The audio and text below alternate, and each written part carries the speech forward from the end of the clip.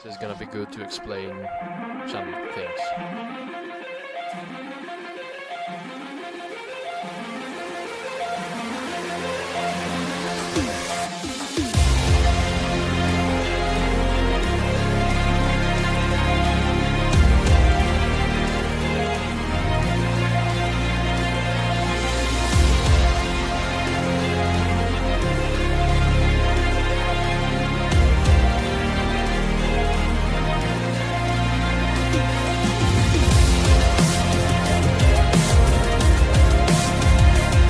Vocals are still work in progress as well.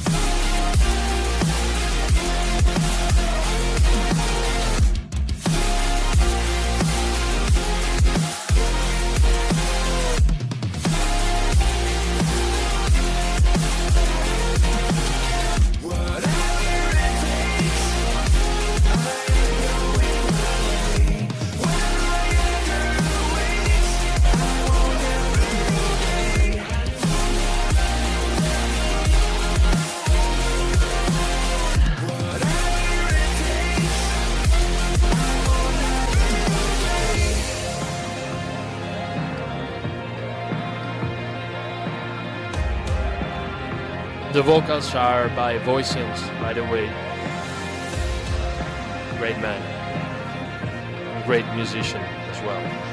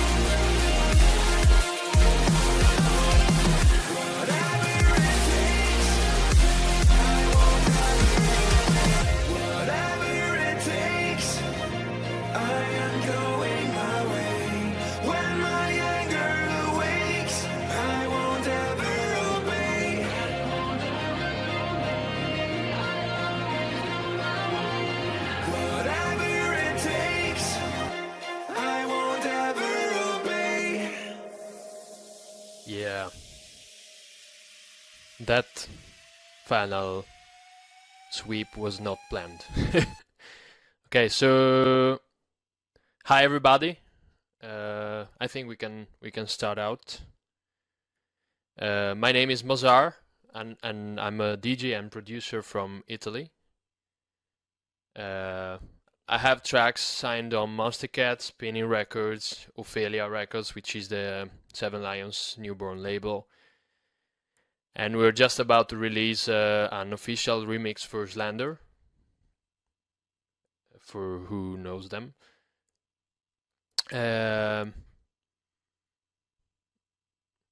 Let's see, is everybody connected, right?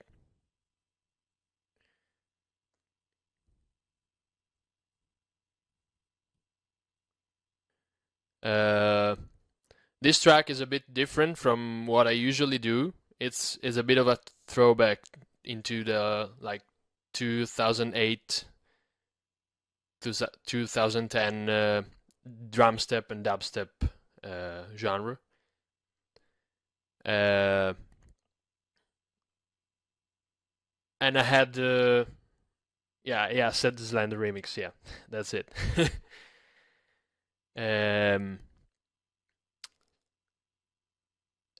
Probably it's gonna be part of an EP I'm working on, which is gonna mix rock elements with bass elements. And as you can hear, it was created thinking about people like Pendulum or Prodigy. You know, the kind of bands that mix up electronic music and rock in a certain way. This one started out actually 3 or 4 years ago. I was at ADE in Amsterdam, and I met with Dan Voicians, and we talked a lot about starting a track together, because I was in love with his voice and how he looks and sounds exactly like Rob Swire from Pendulum. And so we started working on this, and then, as usual during collabs, you take on other projects, you start other things, and things start to get lost and in the numbers. And then, like, during the first lockdown here in Italy, I wrote Voicians, and I said, "Yo, man, how are you? We have this track which is not finished yet. It's just like an idea. Do you want to tackle it again and work on it again?" And he was like, "Yes, for sure." So we started working on it again, and I had to basically rework all the elements, because, you know, in 2-3 years your knowledge in production grows. You learn to use different sounds, different techniques, and what you did like 3-4 years ago sounds like shit, basically.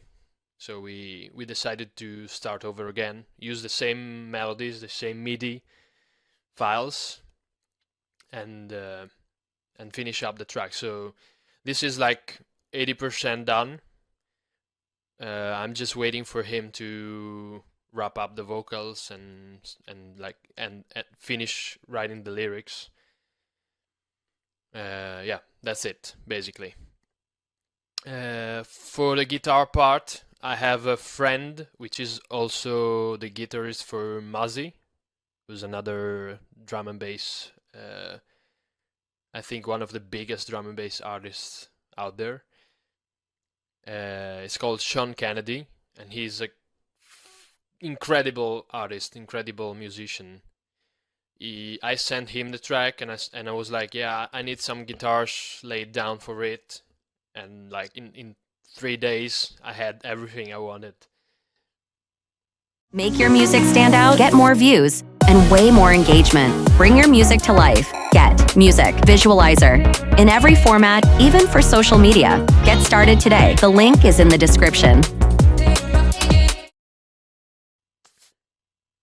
How do you compose your orchestral sections? Okay, so in this track there's a big orchestral part, which is this one.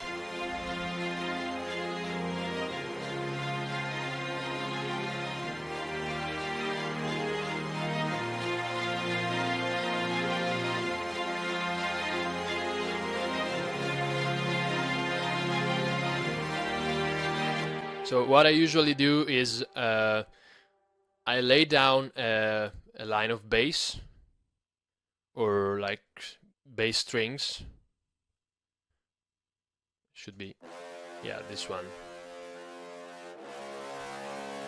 And then I start building all the other elements around that.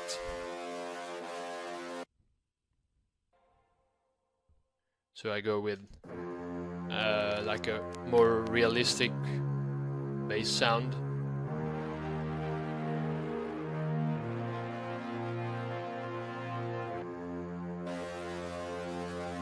Then I had like choir. I don't know how you said it. It's like people singing. I'm sorry for my English. I'm Italian, so there's some words I may not know how to say.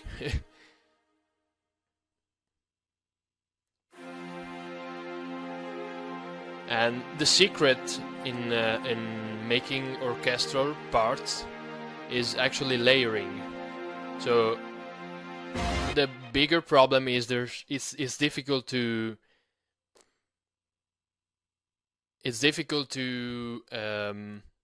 find, especially at the beginning when you have no money, no budget. It's difficult to find VSTs that sound like a proper violin or a proper string session orchestra or whatever. So what you do is you want to layer as much as possible, so the imperfections of the single instruments get lost in the body of the orchestra. As you can see, here is all stock plugins of Studio One. This is Presence, which is the main Studio One VST. It's for real instruments like pianos, strings, guitars. It's not really good for guitars, but for strings and pianos it's great. And then any specific string VST, I think the best one, and it's also free, it's Spitfire Labs. You see it now in the screen. It's a completely free sample player, and you download all the single instruments from their website. No money required at all, and it sounds great.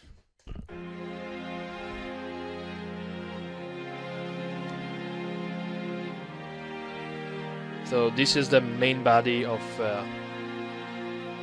my string session.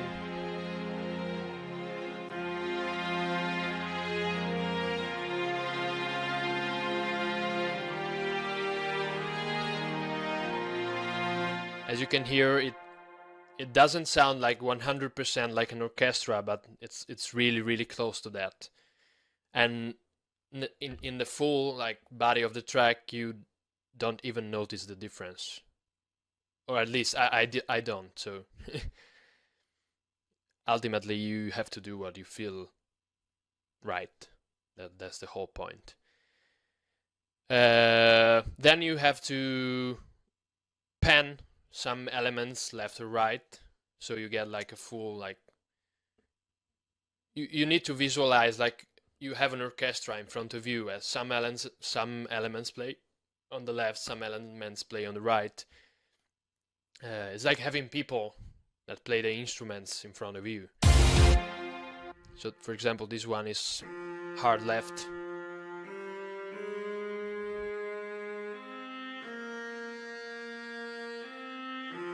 Just looking at the chat, see if anyone has any specific questions about it. What I usually do on some of the strings is I put a bit of distortion, like in this one. I have a Serum FX with a full tube distortion on it.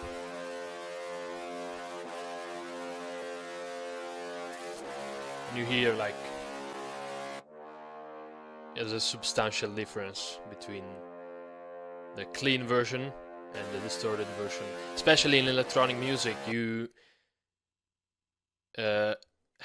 need to find the right balance between real instruments and then the drop that will come after that. So you need to put in a bit of processing to make it sound a little bit dirty, you know. And then we have, another instance of labs, which I had to mix down to freeze because it's quite heavy on CPU. This one gives a bit of movement on the top.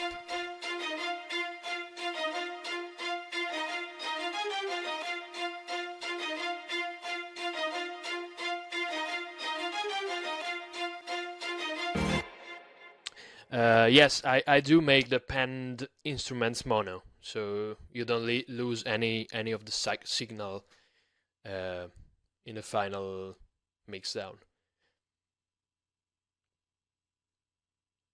For gain staging, I usually go with how is it called? Presonus channel strip. Yeah, channel strip is really handy. You just put it in, and you have the knob with the gain, and you can just, for example, if you want to have the break and build up a little bit lower, you can just type in like -2 dBs, and then you bring it up to 0 again on the drop. Another suggestion, now that we're talking about channel strip, to make your drops more impactful, just in the build-ups, you just slowly bring the gain to 0 to -2, like gradually. I'll make an example right now so it's easier to understand. So you see now it's 0 dB. You take the build-up section, you go to -1, and then you bring it up again to 0 when the drop hits.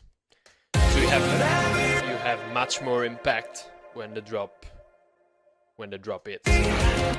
Especially because during the build-up, things start to get louder and louder and louder because you have all the rises, all the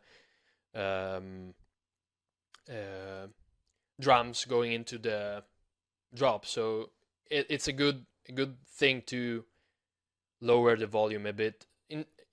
It's a problem of a lot of tracks actually. You hear on Spotify, you're listening to the build-up, and you go like, yeah, this is gonna hit hard, and then the drop hits, and it's like 2 dB lower than the build-up. So that's a no, especially in bass music. You have to have a really impactful drop. Whatever it takes, I am going my way. When my anger awakes, I won't ever obey.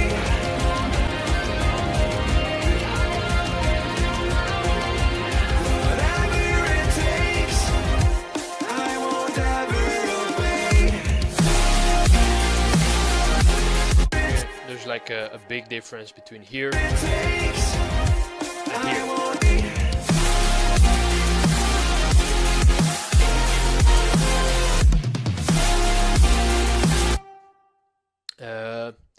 Another good thing about using stock plugins as much as possible is that they're usually really light on CPU. That's why I usually, for example, for my subtractive EQ, I usually use stock plugins as well.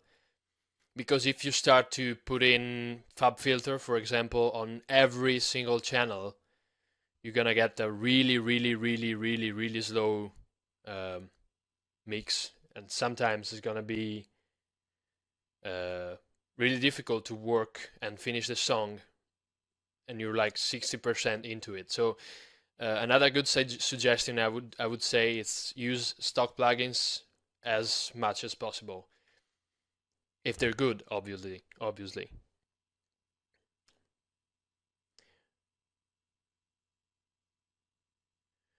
Orchestral hits, yeah. I think they're in the FX section, or atmospheres maybe. Yep. I have a couple. Kashmir. Kashmir Packs still rock, like 10 years after the release.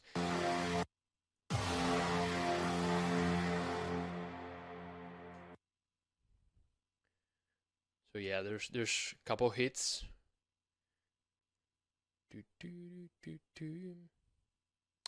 Break drums, maybe here.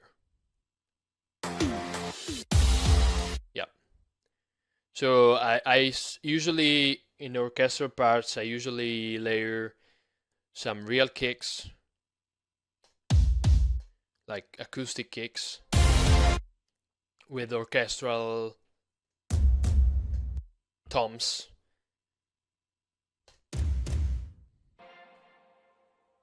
And orchestral crashes, for example. So it gives like a more epic introduction to vocals, to build-ups, to whatever. Super shows, yeah, I'm gonna talk about super shows a little bit later when we get to the drop. Drums for the build. Okay. Here is quite easy, actually. So you need to use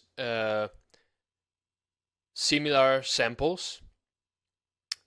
You cannot use like a kick here, then a kick here, and a kick here, like 3 different ones. You have to be consistent with the sample selection. It's really important, because if you are not, it's gonna feel like 3 different songs with 3 different sounds and 3 different moods and feels. So this is a like break section.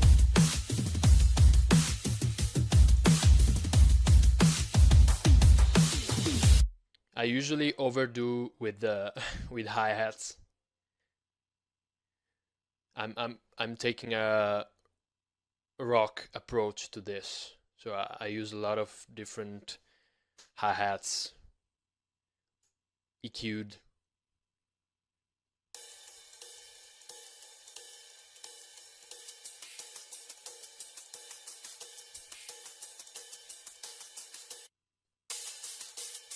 So these are all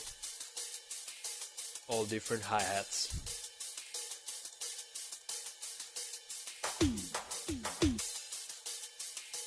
Yeah, the hits get lost if you don't layer them with the right sounding kicks and drums. But if you find the right kick that fits the right hit, it's gonna pop up, like really be in your face. Then we have this is actually a loop, but it was in the wrong key, so yeah, I transposed it 2 semitones up, so it doesn't interfere with the bass, and I cut out a little bit of the sub bass.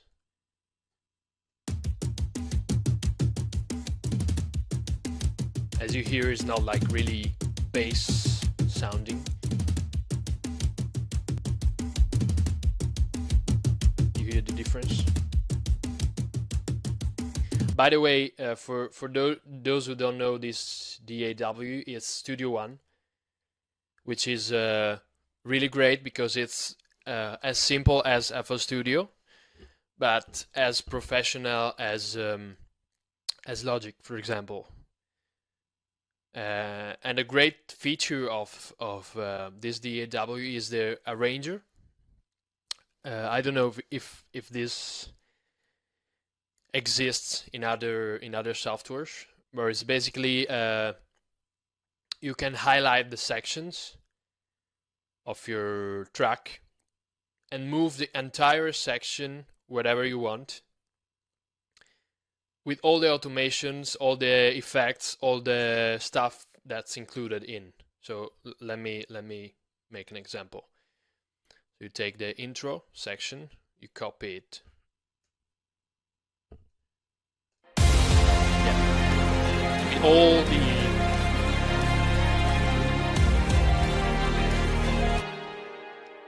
all the effects.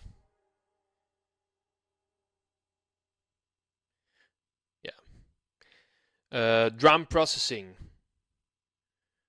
I tend to not over process drums, because most of the stuff that comes into the modern sample packs and drum packs it's already like super compressed, super EQ'd, uh, saturated, whatever.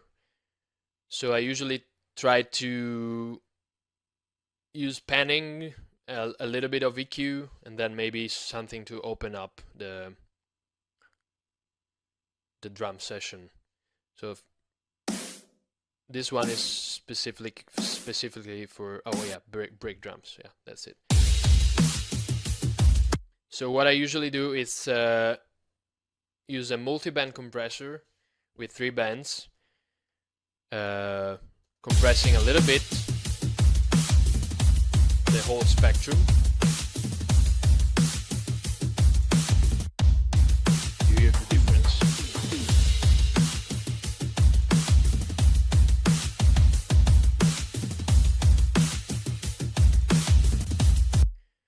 Then you put in a little bit of OTT, like 10% upward compression, 10% downward compression, and 10% mix. I usually use OTT on all the stuff that needs to be in your face, like really upfront in the mix, and it really makes a difference. You hear like it pops right off.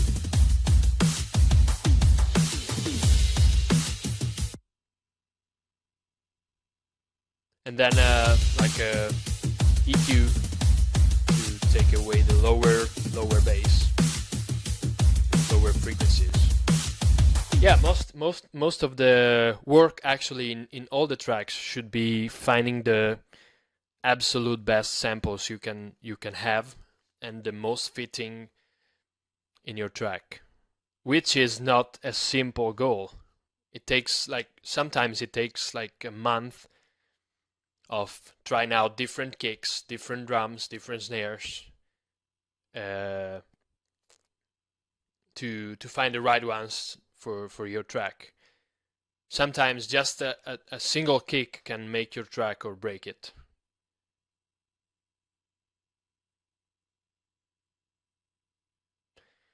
Yeah, I have no secrets, so yeah, ODT is great.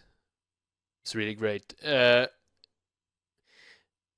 You don't have, I think you don't have to overuse it, because if you use like higher percentages, it's gonna fuck up your mix so bad. I have one also on the master chain, and it's like 20%, 20%, 20%.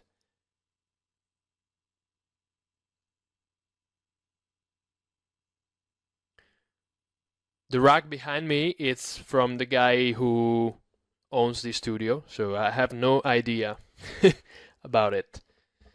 Sorry, I'm not a hardware guy.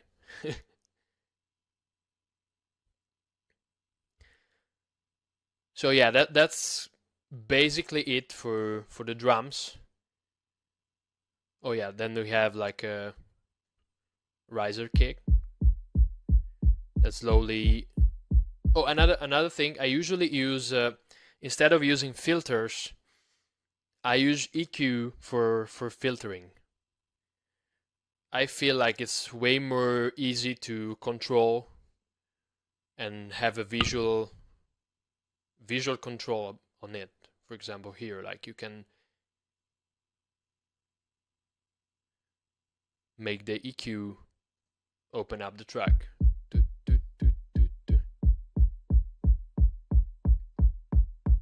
So you really see what frequencies you are touching.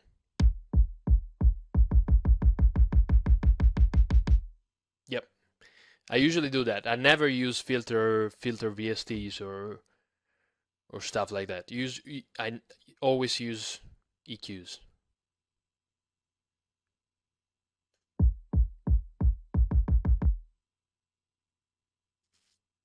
Actually, I sidechain just the kick to the drums.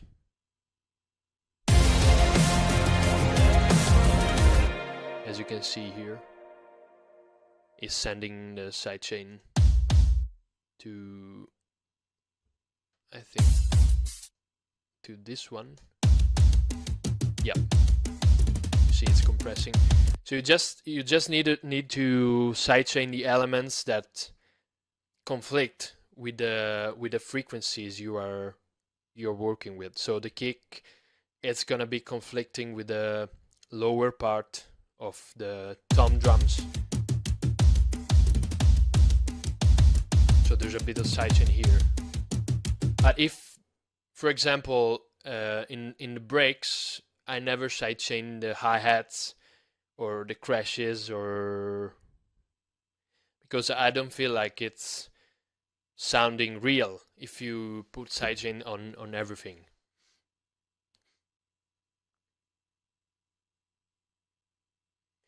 Yeah, I don't know if filter VSTs tend to make things muddy. It's just easier for me to see what's happening with the EQs.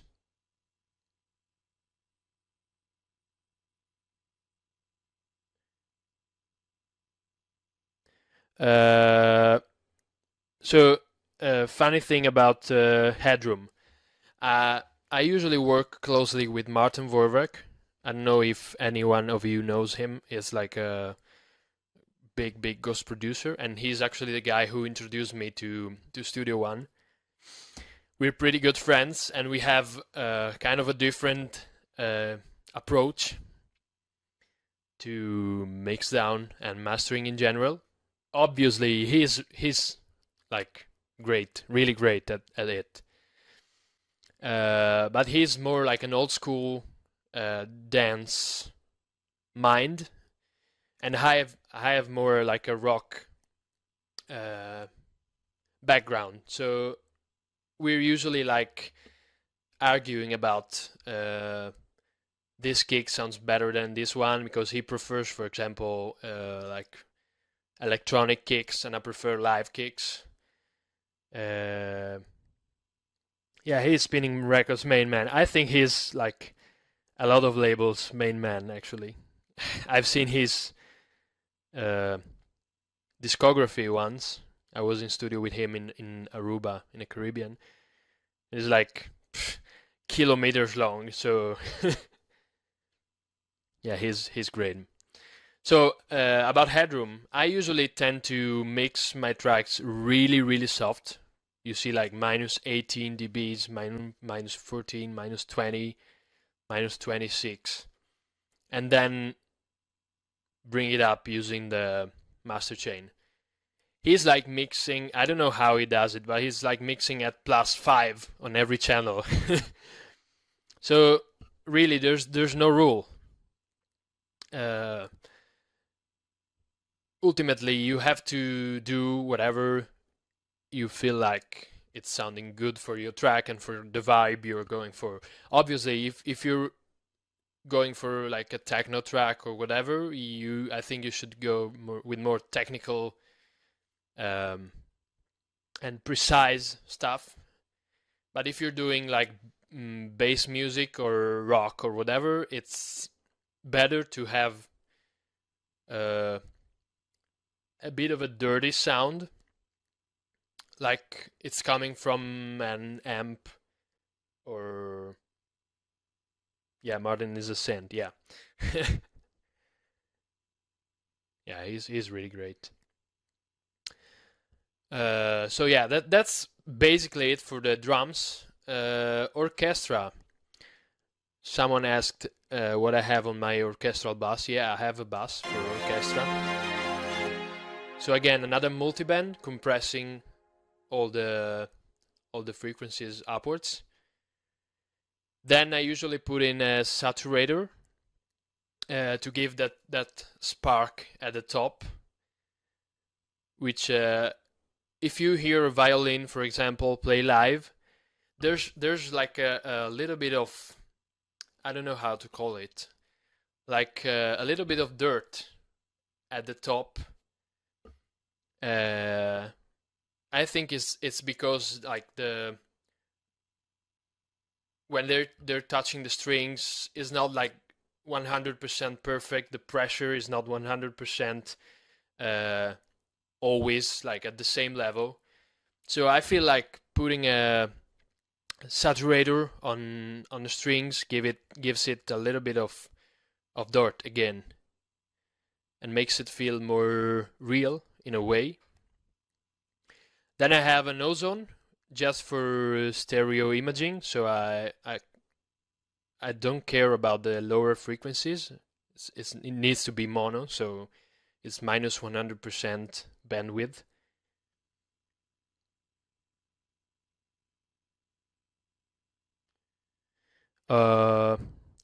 This is an interesting question. What are some tricks or advices you could give out when trying to blend two different types of music, such as rock and electronic in this case? Best advice is, again, trying to make the samples of both words, like find through processing, find the sweet spot between a kick and like an electronic kick and an acoustic kick, an electronic snare and an acoustic snare, and you get to this through layering and EQing and distortion. So yeah, it's not easy. It takes time because, as I said, if you use different samples, it's gonna sound like two different songs. You have like the break, which is acoustic and rock and really heavy, and then you have the drop, which is lifeless, like really clean, and you don't want that if you want to mix these two elements. So yeah, and then on the orchestral, I have just like a low cut with a pretty steep curve, 48 dBs, to clean up the lower part, because we don't need that. It's gonna, the bass and the guitars are gonna take care of it, of that.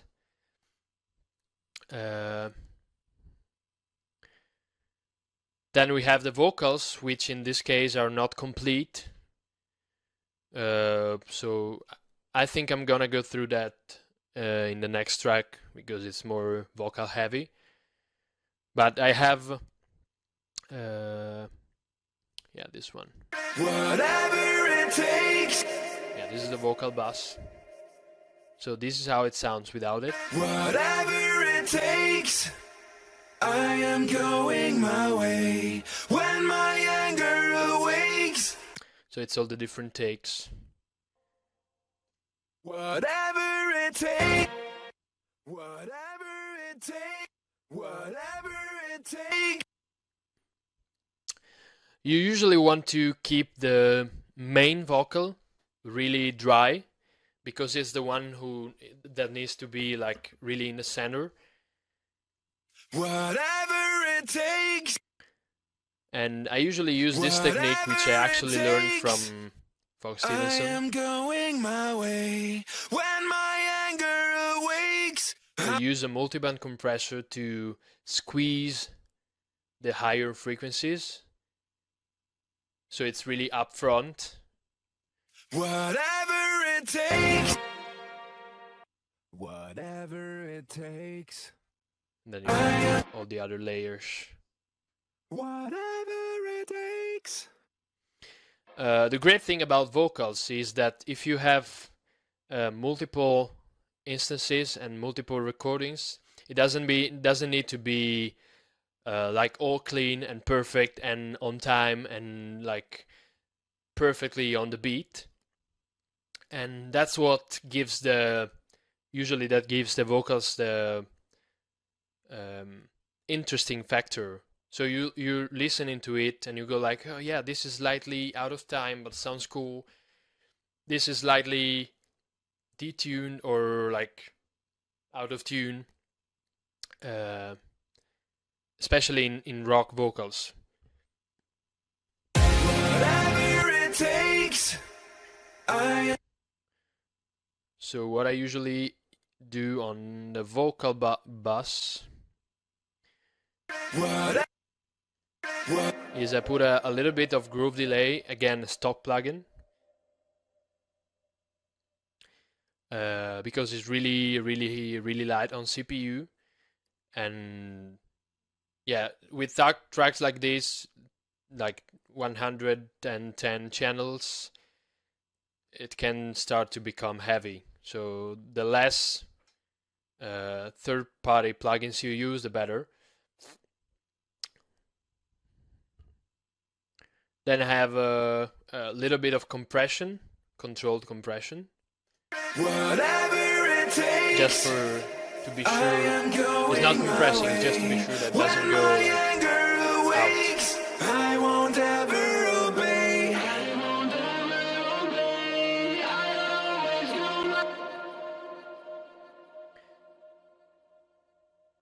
Then I have a multiband, which is making a little bit of de-essing. You always want to de-ess a little bit the vocals, because then afterwards in the master you can push a little bit with the saturation and distortion, and you can push a little bit more with the limiter without it sounding like really harsh. So you take a little bit away here, and then you add again in the master. Because if not, you're just gonna hear like a really noisy vocal. Then I have a little bit of reverb, like 14% arena reverb, which is really big, open. And then a final EQ, taking away like at 100 hertz. All that's below. Sometimes it depends. It really depends. This really depends on the kind of vocal. Usually with female vocals, you can go a little bit like more. With male vocals, you want to stick around 100 with 100.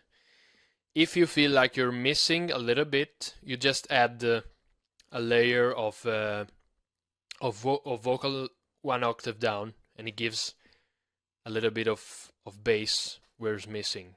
That's what I usually do.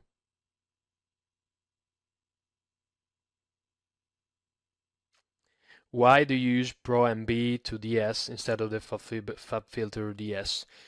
Because I'm used to, I'm really comfortable with the multiband, and I feel like for me it gives a better effect in the whole mix down. So that's why.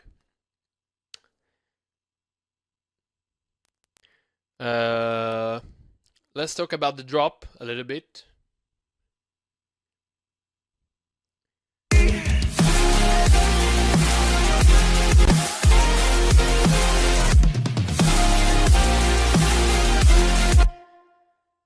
So snares. That's I think in bass music, kick and snare are the most important element, even more than bass, even more than atmospheres. If you have the right kick and bass, then you can build a great track around it. If you have bad drums, you can try whatever you want. Your track is gonna sound really empty and not right.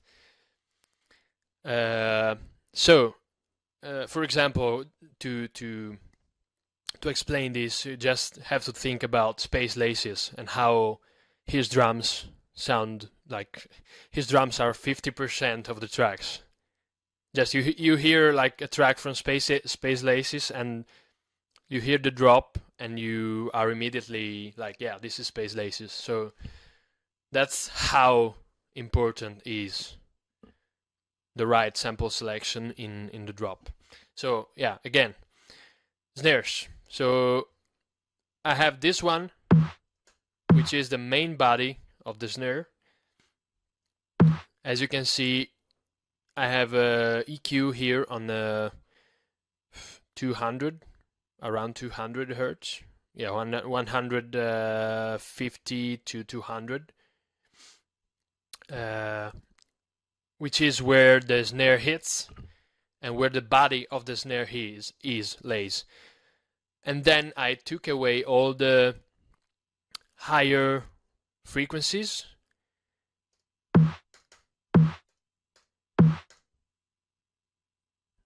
which are gonna be covered by the other layers. So this is a real snare, like an acoustic snare, layered in. You hear it's starting to sound like a proper snare. And usually there's some resonances in acoustic snares that make them pop out too much, so I took away a couple of them. You hear it? That tune is the tone of the snare, but here we don't need it because it's just like for the high stuff. So then we have an electronic snare. As again, you need to be layering acoustic stuff with electronic stuff. So this is more like a clap snare.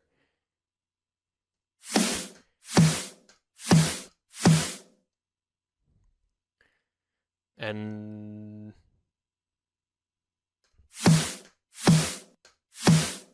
yeah, this one is just EQ'd. Not much going on. Then we have the snare that gives the tone. So this one is giving the note of the snare, which needs to be in key with the bass and all the other stuff.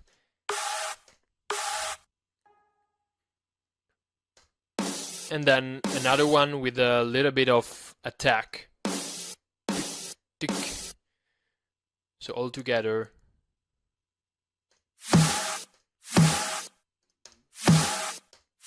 They sound like this. Which is a mix between like real instrument and electronic. Additionally, you can add a sweep. So you just take the snare, you copy it, and then reverse it. Take away the starting snap, the starting attack.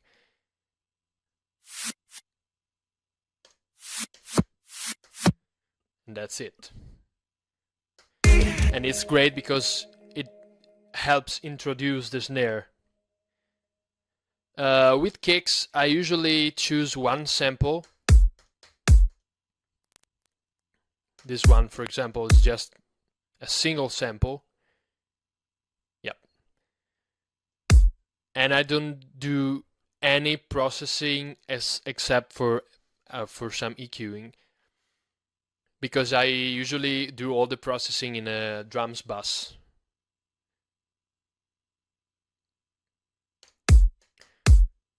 So this one is a bit of a middle between acoustic and electronic.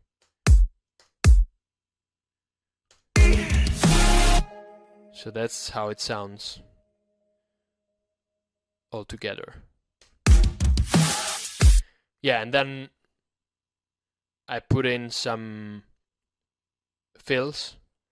Make your music stand out, get more views, and way more engagement. Bring your music to life. Get Music Visualizer in every format, even for social media. Get started today. The link is in the description.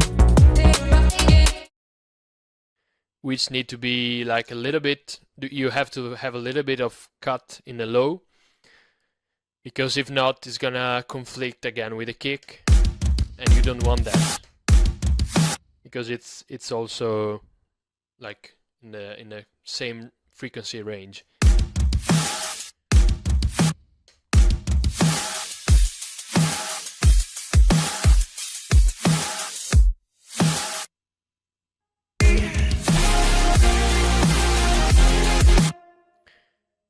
really quick processing. Again, a multiband compressor that opens up a little bit the drum mix. A compressor that works just like in the middle part, and it doesn't touch the higher and the lower.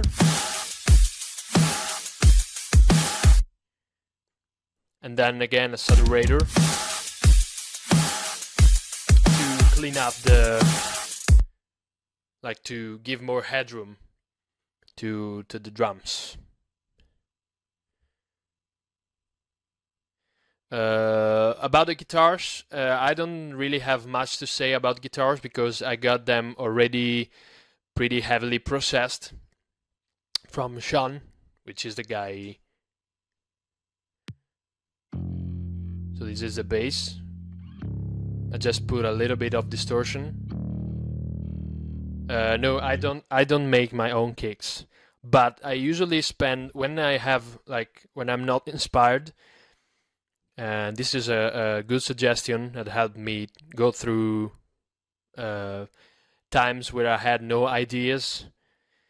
I spent like 3 or 4 hours just to listening to different sample packs, downloading sample packs, and I have a folder with all the best ones I found during the years.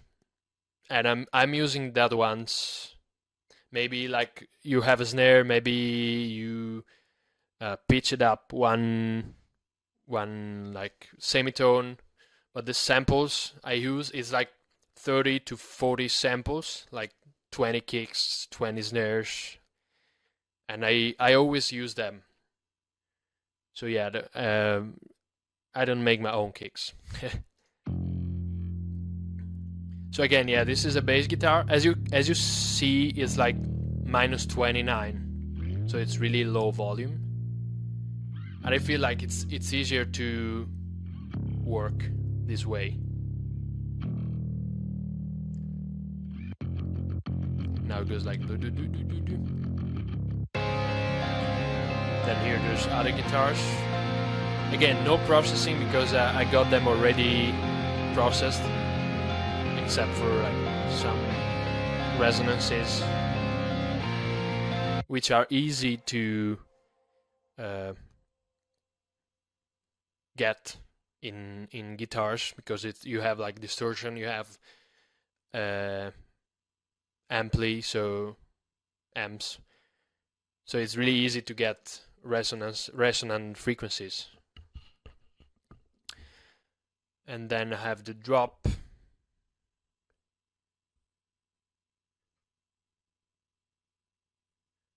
Guitars.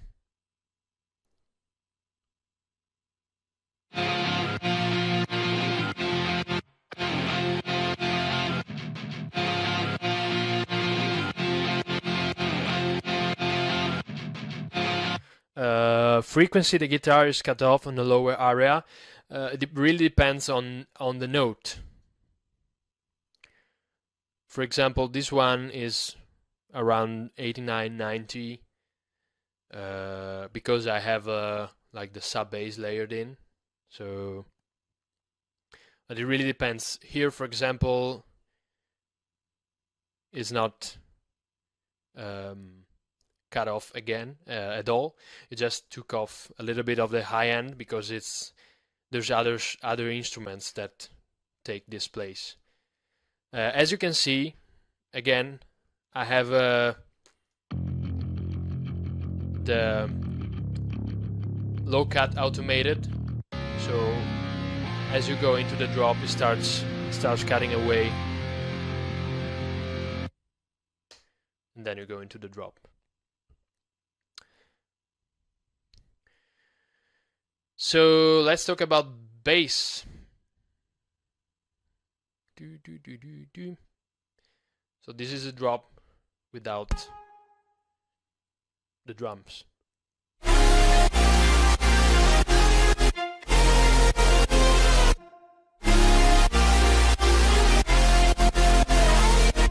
I usually bounce the elements that have more reverb to audio, so it's easy to get rid of the tails and like clicks or whatever, because they're going to mess up your mix. So for example, here you have this one. Oh, sorry.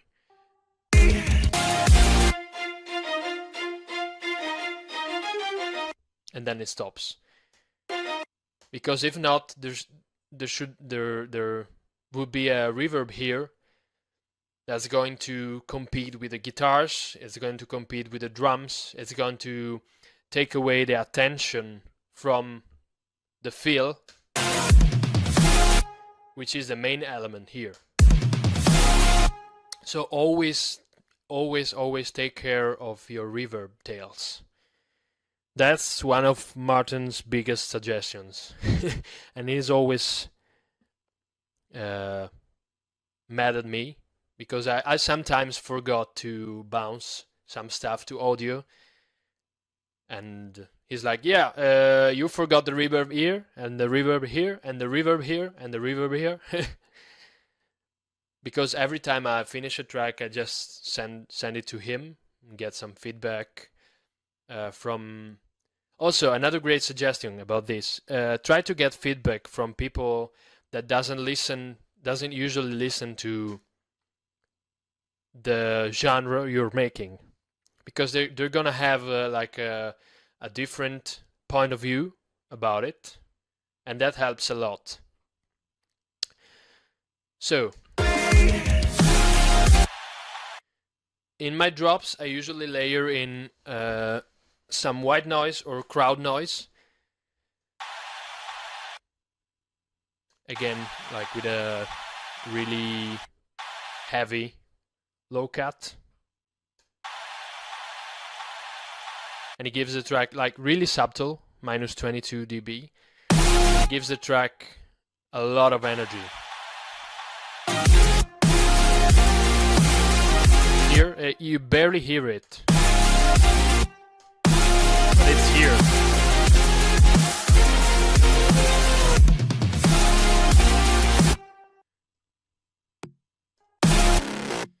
Then we have a mid bass.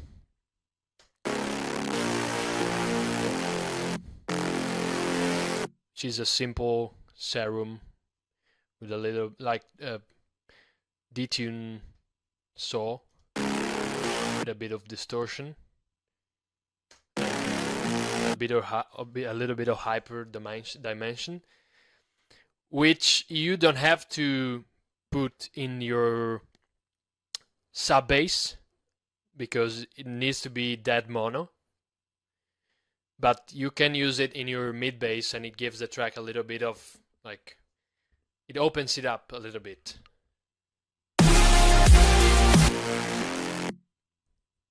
There's a lot of resonances here, as you can see. PQ work.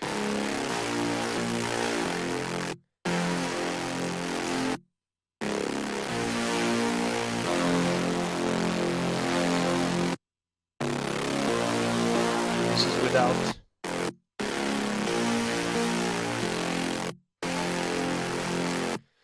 Yeah, full frequency spectrum.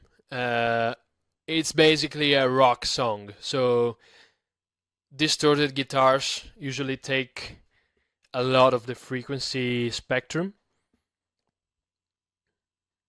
I don't actually group my drop basses, but I prefer to process them like separately. It gives more control.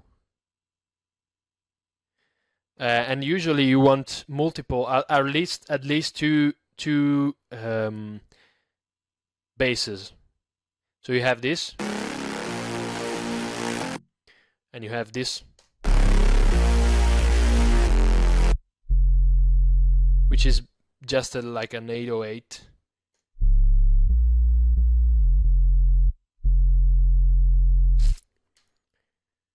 And what I usually do, because with basses, the problem is Some notes are higher in volume, some notes are lower. So I usually take a Pro L from FabFilter and I put the gain to 10 dB until like it starts to compress to limit at the top. So you are 100% sure it's gonna sound always at the same level in volume. You see, it's like there. It doesn't move from there.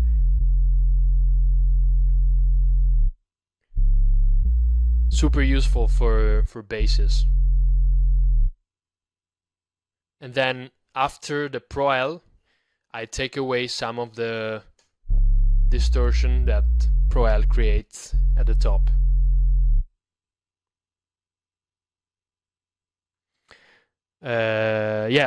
For deeping out resonances, I usually do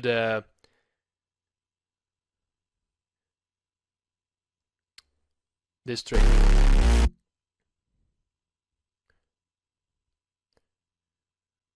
So for those who don't know, you create a bell shape with a really like tight.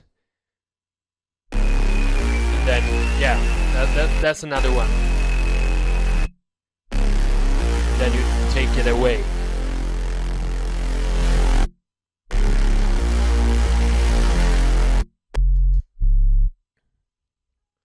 So you get a cleaner bass, even if it's like full spectrum, but you take care of those small frequencies, then it's gonna sit perfectly, or not perfectly, but it's gonna create a lot of space in your mix. Yeah, I'm all about breaking rules because I've seen like a lot of people are really technical, and that's a great thing. But as I said, working with rock musicians, and rock vocalists, and rock elements, inevitably you're gonna have some dirty stuff, some stuff that's not as clean as electronic samples. So you get to get used to that, to clean them up as much as possible, and to make them fit in the mix. Then we have super saws, which in this case are just 2 layers of super saws.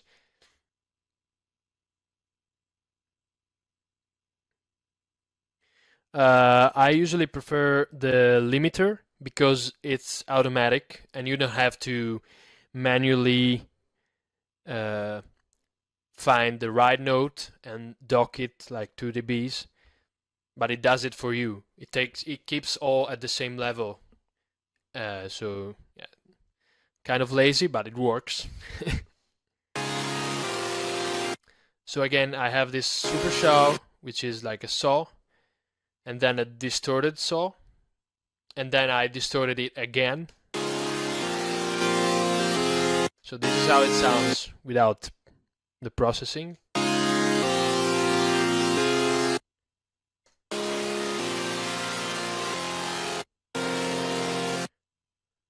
And this is acting more here in the like 200 to 300 hertz. And then I put a little bit of a bell here to make the note stand out in the mix. And this is another super saw, which is a little more like 7 voices. The other one was 4 voices. This one is a little more wide and detuned, and it's just for the high end.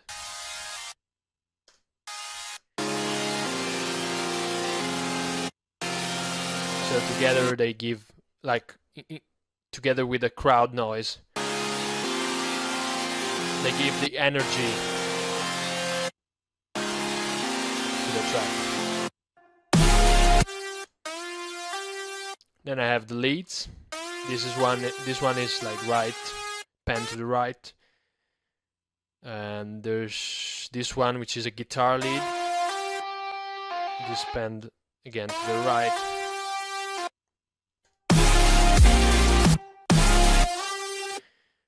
And then this one which is from a sample pack again.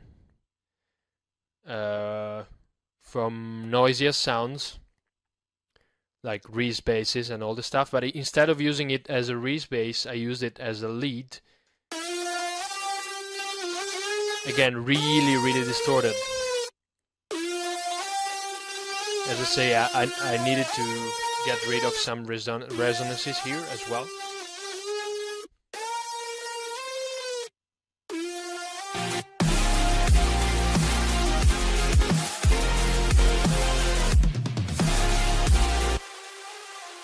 Another one really washed out with reverb.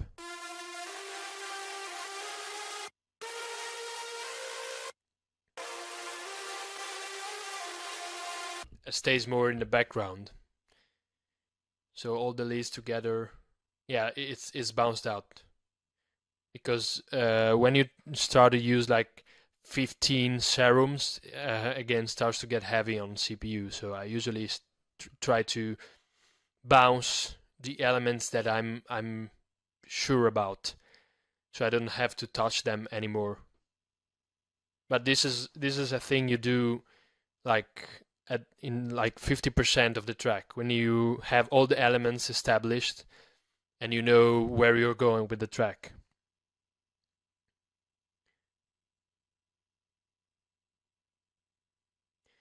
No, I don't cut the heights. Never.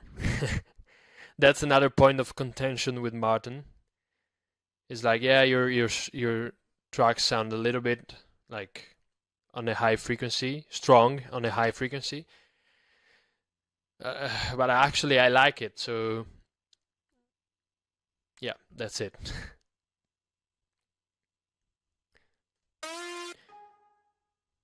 And then I layered in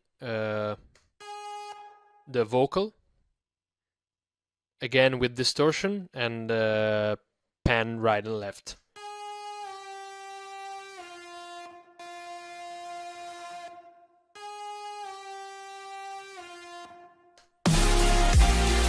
You barely hear it, but it's there, and it gives consistency between the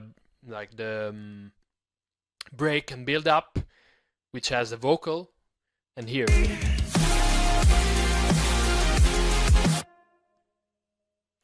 And then have this small string highlight.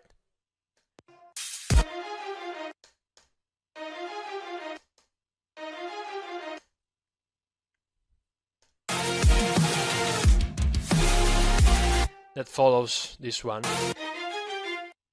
It's just for highlighting it.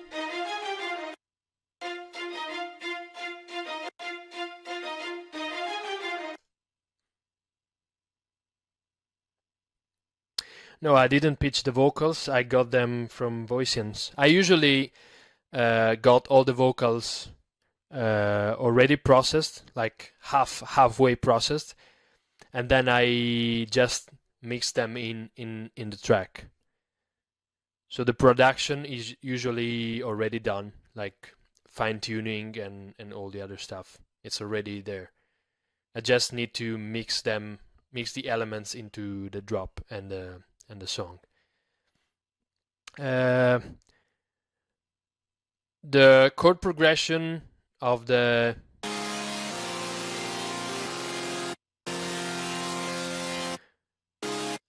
fun thing, I never really studied music composition or music theory, but for some reason I know what sounds right musically with other elements.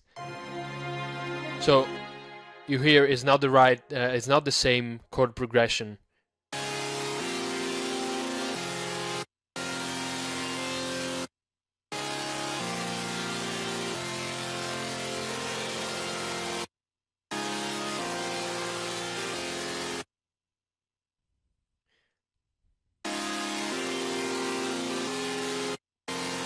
So this is the MIDI for the chords.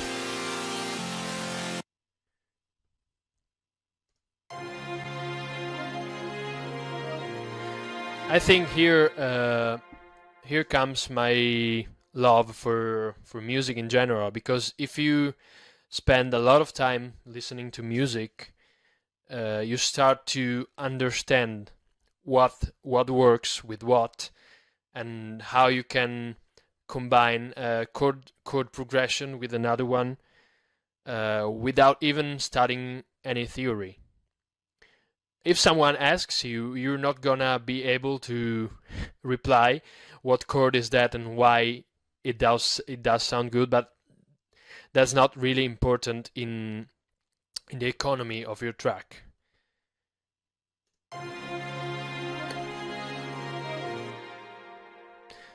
So yeah, then we have just random effects. I usually have 2 or 3 old tracks, and I take the FX bus from those tracks and use them again, maybe pitch them, cut them out. Again, for consistency's sake, you have to be looking for a specific sound which is gonna be recognizable for you. People are gonna hear it and say, "Yeah, that's Mazare," for example. And you achieve that by selecting like a small pool of sounds and building all the rest of the tracks of your tracks around those. Yeah. So that's it for this track. If anyone has any questions, I'm more than happy to reply or clarify. This is my first production live stream ever, so I'm sorry if I've been a bit like jumping here and there.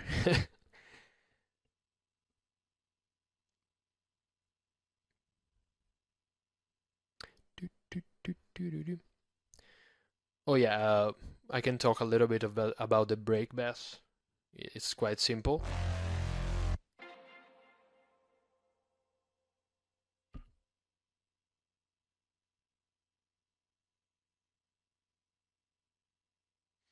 Yeah, the great thing about haven't had any musical theory studies is that I feel like if you go to music school when you're really young, they teach you rules, and you're gonna follow those rules for all your tracks and all the music you're gonna make from that point on, which is a bit of a limitation, because usually the best tracks and stuff is born from an error or from something that goes against the rules. So my advice would be try to understand how music works, and on a making perspective, on a like structure perspective, on a sounding perspective, how it sounds a chord with another. Yeah,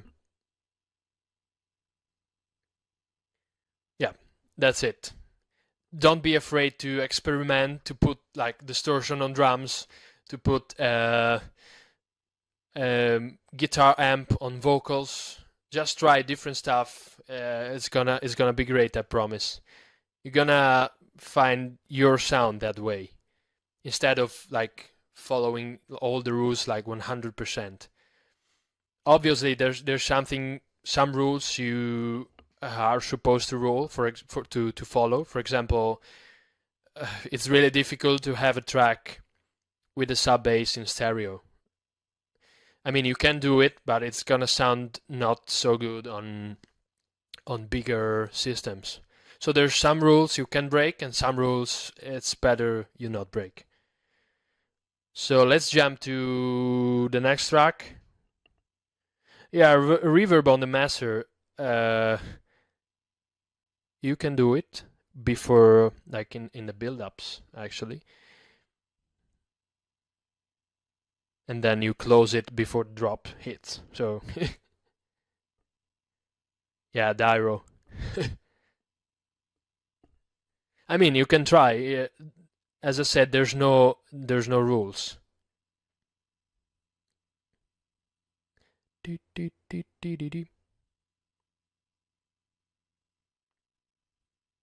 Oh shit. Just let me grab my...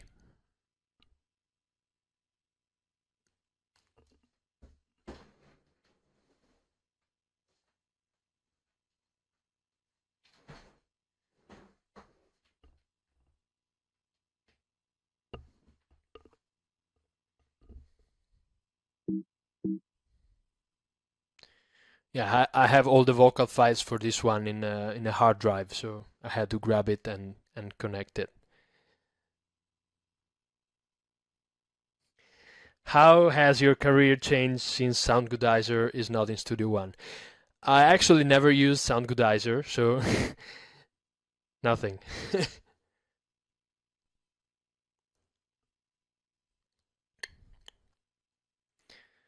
So this one is my track Berserker, which was a monster cat and got 2 million streams, which is a great milestone for me and for a bass track in general. What do I do when I feel uninspired? Usually I have session, as I said, with sample selection, with bass design, or I get some like Serum presets and I go through them and I find something interesting, or I love making atmosphere sounds, distorting and stretching and processing pre-existing samples. That's another great suggestion. Yes, I do listen to a lot of Pendulum. So this is a track, and I'm gonna play it real quick.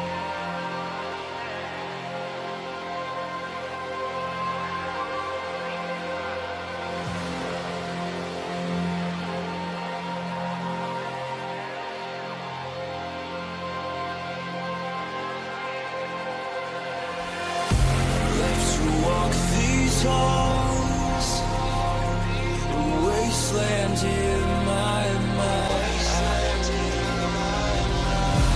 I've become so cold, a phantom running blind. So hopeless to know this could be the end.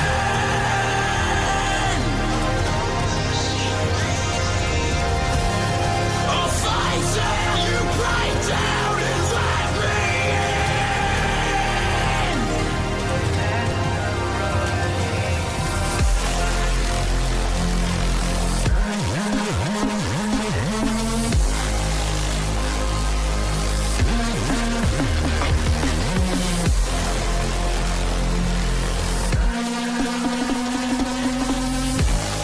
I'll fight till you break down and let me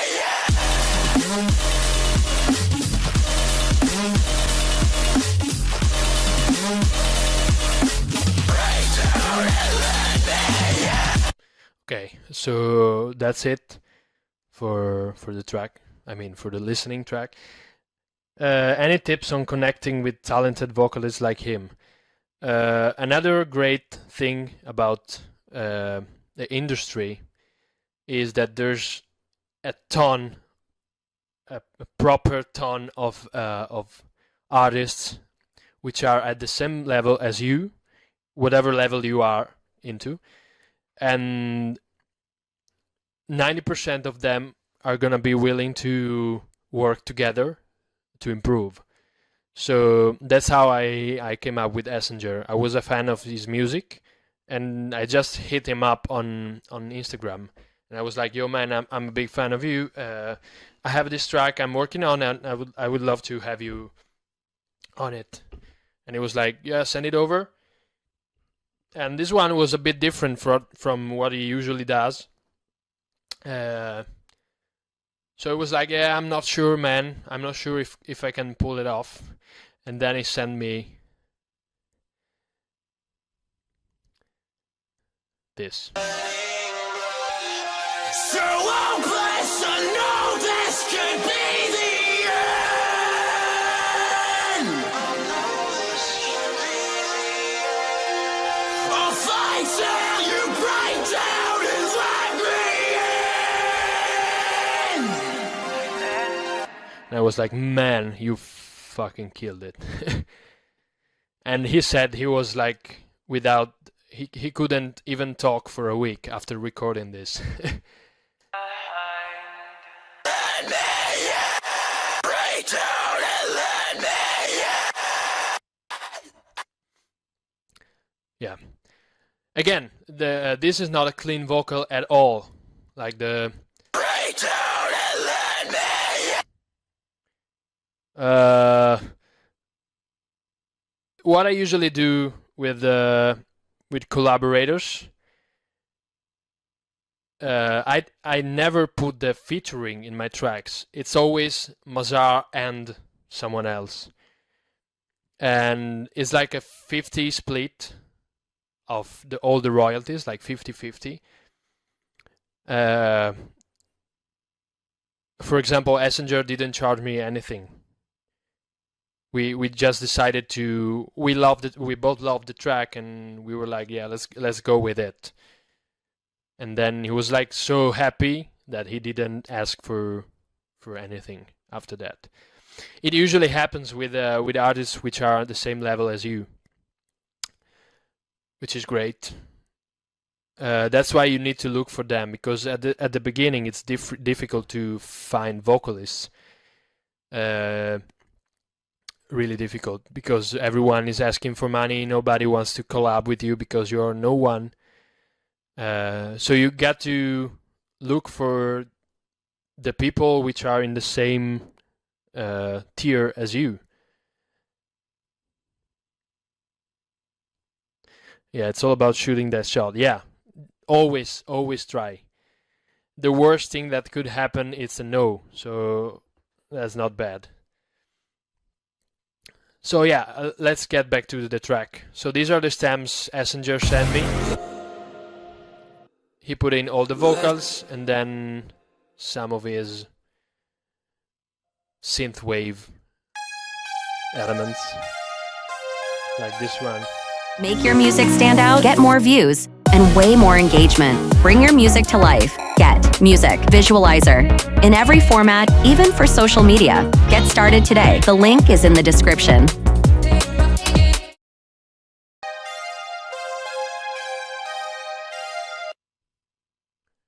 Or this one.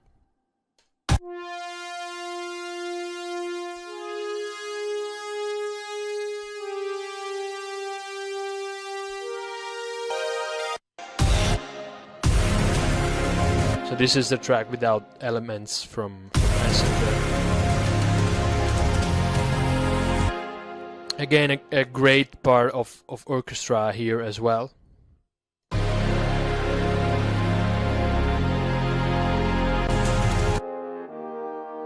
You have a trumpet. How do you write contract with vocalists? Usually it's the label that takes care of it. You just go to the label and say, "Yeah, we want to do this 50-50," and that's it, if the vocalist agrees. The great thing about Monstercat is that Monstercat pays the artist every month. So it's kind of easy to go to an artist and say, "Yeah, this track is gonna be released on Monstercat, so you're gonna get some money as soon as the track comes out." So that's great leverage. So again, some elements are the same from the other track I showed. Same techniques. Then I put in a sample from Kara.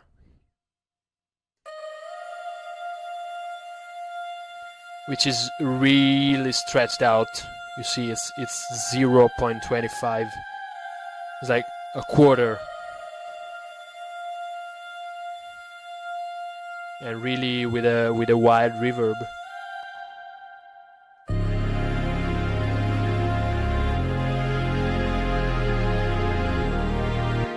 Then some stuff from Kashmir. A point that I usually see, a point of contention, is the use of samples. It's 100% fair to use samples as long as they're not the main element in your track.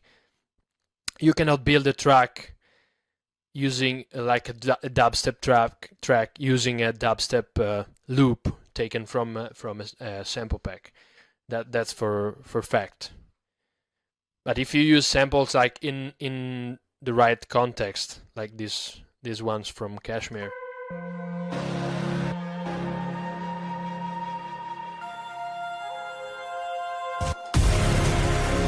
you don't even recognize that they're from a Kashmir sample pack. Yeah, then there's some of the stuff I make with stretching other stuff. Other samples.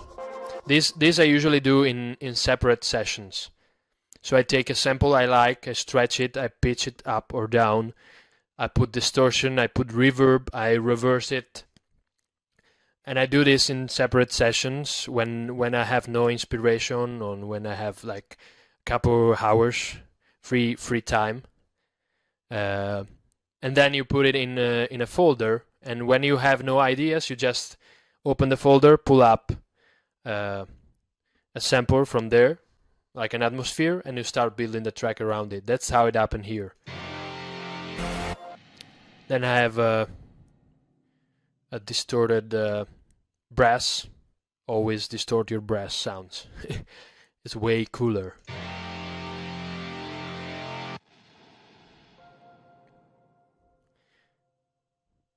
And then, yeah, there's the drums. Again, Kashmir.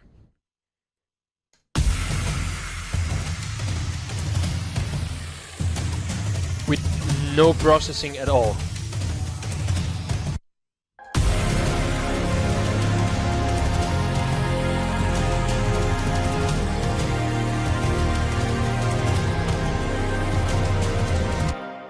And then we get to the break. So here is all open and wide, and then it goes back into in your face.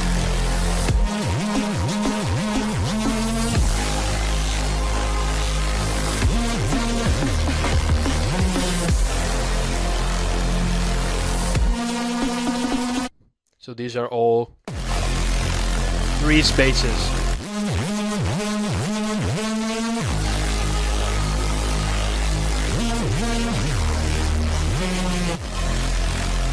Some of them are samples, but are playing just in the background. This one is a bit of a sweep to introduce the bass.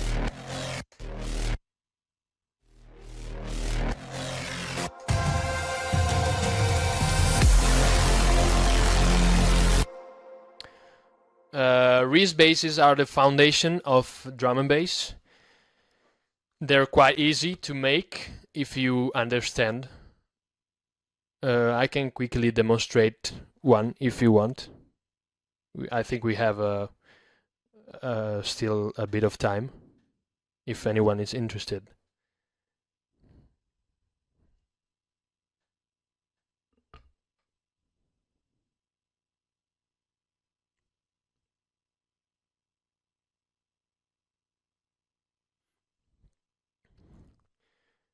So I just pull up a serum. You go to digital, shreds.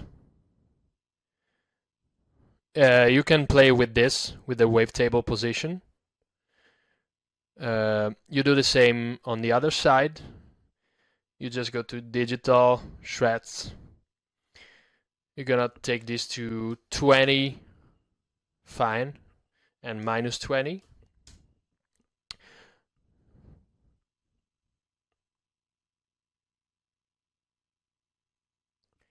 Yeah, respaces. Sounds great.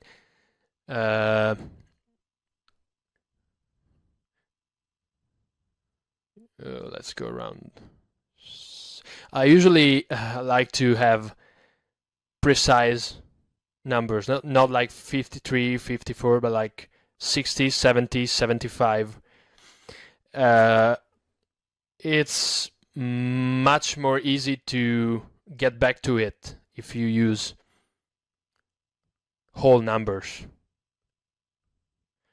Let's go with like 70, around 70. Okay, then you take LFO1.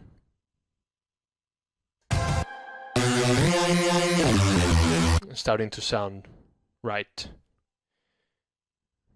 Then you activate the noise. You take it to 50, around 50.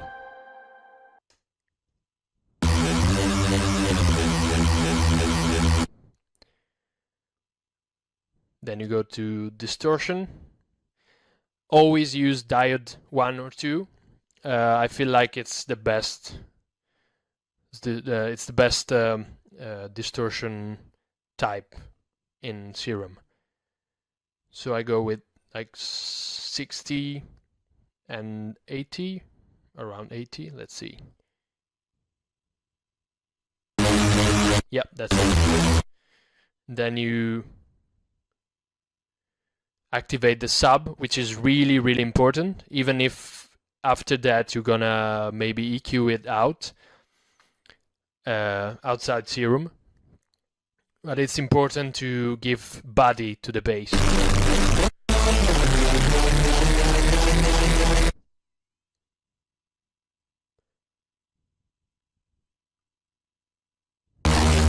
Yeah, and that's it.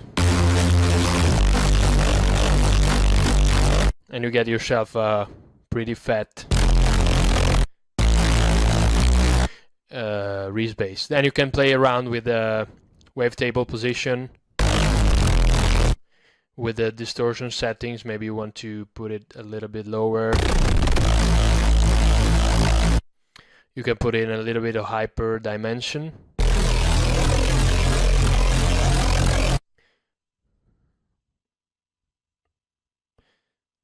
Maybe like 20%.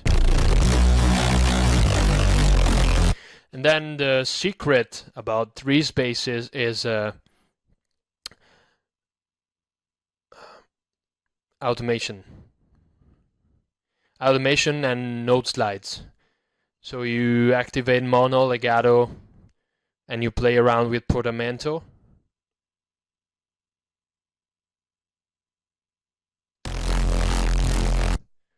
And you hear like it's going.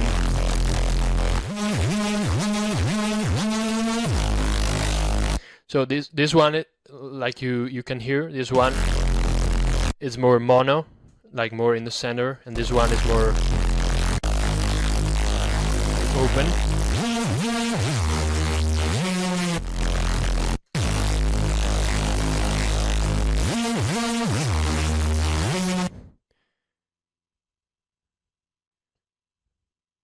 And there's a lot of legato and portamento and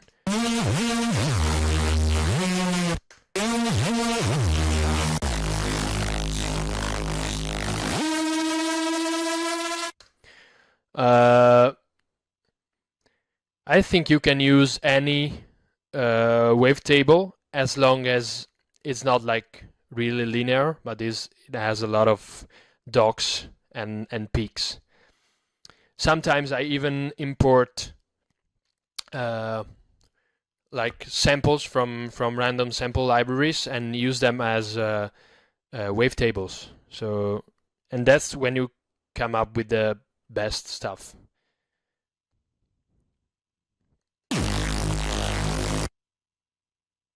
Yep. And then here it goes up in anticipation for the drop. You hear here I forgot to take off the reverb.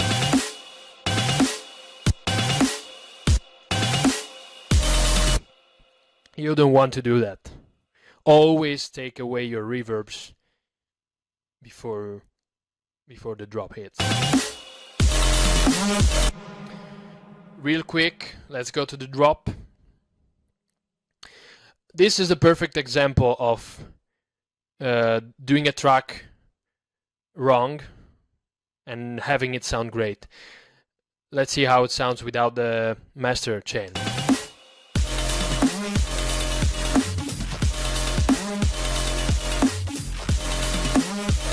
Yeah, I use Endless Mile as well from Dead Alive. That's a great plugin for rises and build-ups in general. So yeah, that's how it sounds without the processing. You hear the snare is way louder than it should be. There's some general stuff that is not in balance, but then you squeeze it. Sometimes you cannot do this. If you do this, it's gonna sound really bad. But in this case, it turned out really great. So, in my opinion, obviously.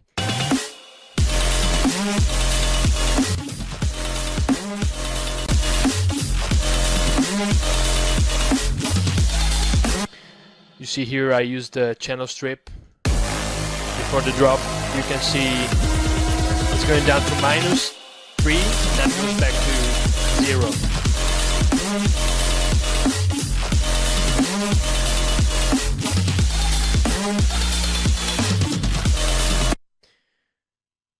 So yeah, drop elements. White noise.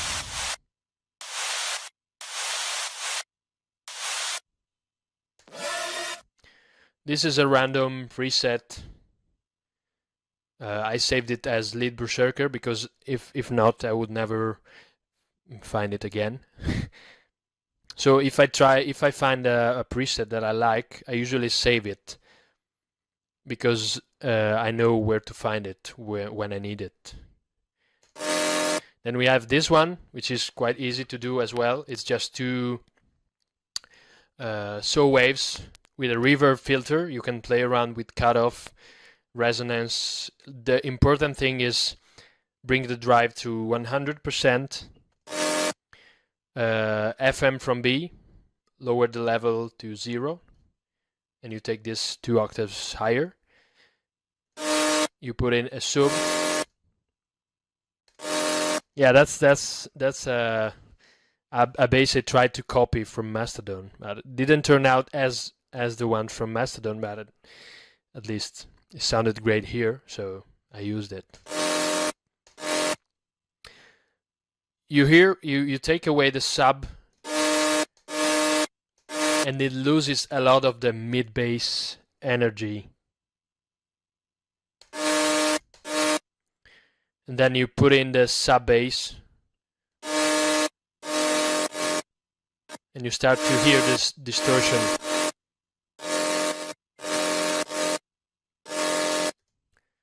Then bright white noise, 55%, and basically that's it. You put in distortion,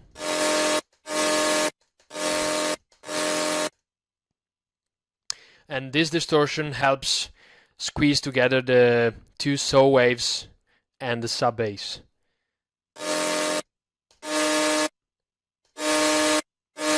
You hear it's really noisy without distortion.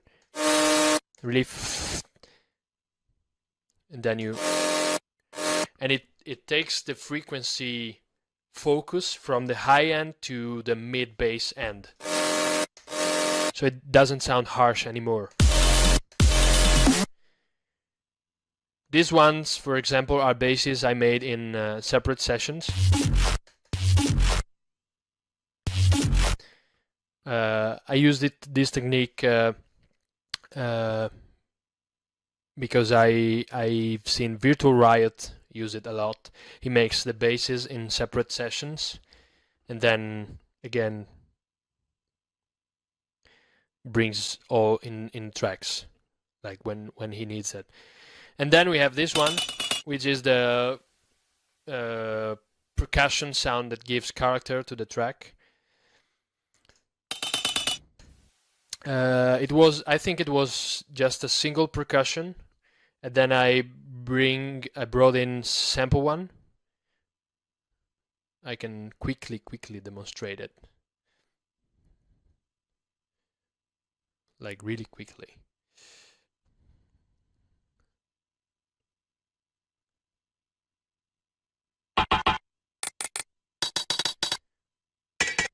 You turn on follow song tempo, so it has always the same length.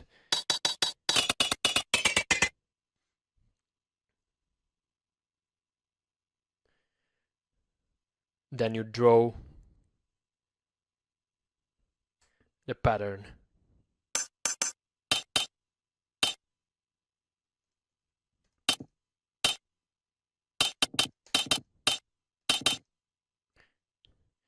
This one is a triplet, I believe, so 1 8.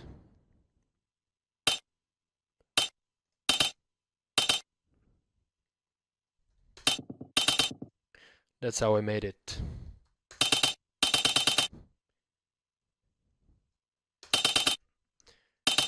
And then you can control the pitch with the bend.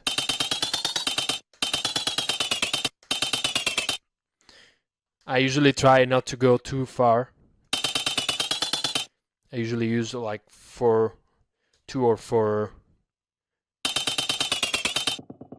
because if you use too much, it's gonna just stretch out the sample too much. It's not gonna sound as good. Working with Martin Vorwerk, it's really great, like really great. You get to learn a lot, but you are going to take a lot of shit. He's not a person who likes to be nice if you do mistakes or fuck up or whatever. He's really sincere in a good way and in a bad way, but that's the best way to, I think, to grow professionally. So it was great, man. I'm still working with him. I'm really close with him. We're friends. So, and he has a great eye into the industry. He has great experience. So that's always a great talk with him every time. Yeah, he's exactly telling it like it is. Sometimes you're gonna really feel bad. You're gonna think you're done. You will not have any career because you're not good at making music. But then you understand that he's doing it for you to make you grow. So that was like great. I met him when I was in China. The first time, like in 2013 or 14. The guy who asked me to play there was a client of Martin. I would not say his name. And he sent Martin some of my music, and he was like, yeah, this is great. It has great potential. And then we started talking, and yeah, that's how it happened. One great advice I can give everyone is, if you get to know someone in the industry, don't try to take advantage. don't try to, hey, can you link me up with that one or with that one, or because Martin has a lot of knows a lot of people in the industry. It could have been easy to ask him, can you link me with that one manager or with that one promoter. Never do that. You're not gonna build long-lasting relationships ever. Just do you think, get better at making music, and things are gonna happen 100%. A bit slower, but they're gonna happen. So yeah, that's it. If anybody has any other questions. Yeah, the books are insane. There's two books of quick tips everyone should keep on the side of the laptop while producing.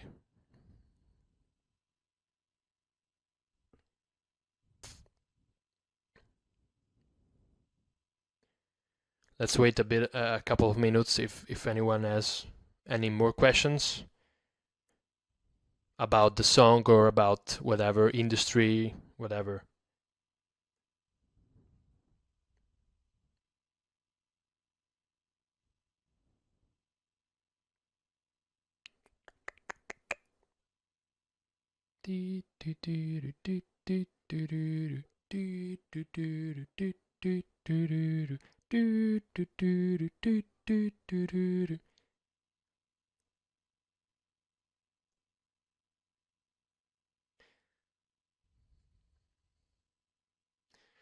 I have done a lot of ghost production.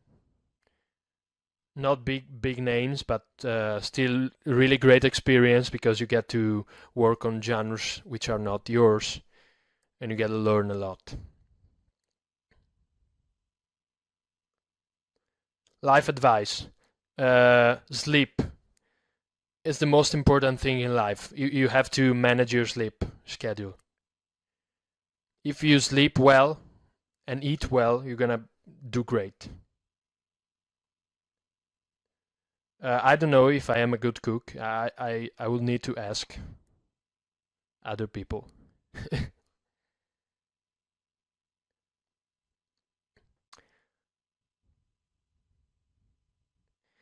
It was a pleasure, guys. Really. How many hours a day do you produce?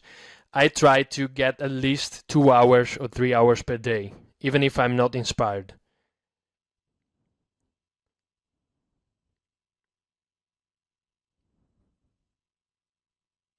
I take months and months and months and months to finish tracks, so I don't have any tip on that. Okay, guys, I think we can call it a day. It's been great being here with you. This was my first ever production section. I loved it. Thank you guys for tuning in. Thanks for everything. And thanks to the Fire Society for asking me to do this and get out of my comfort zone. Okay. Goodbye, guys. Thanks again.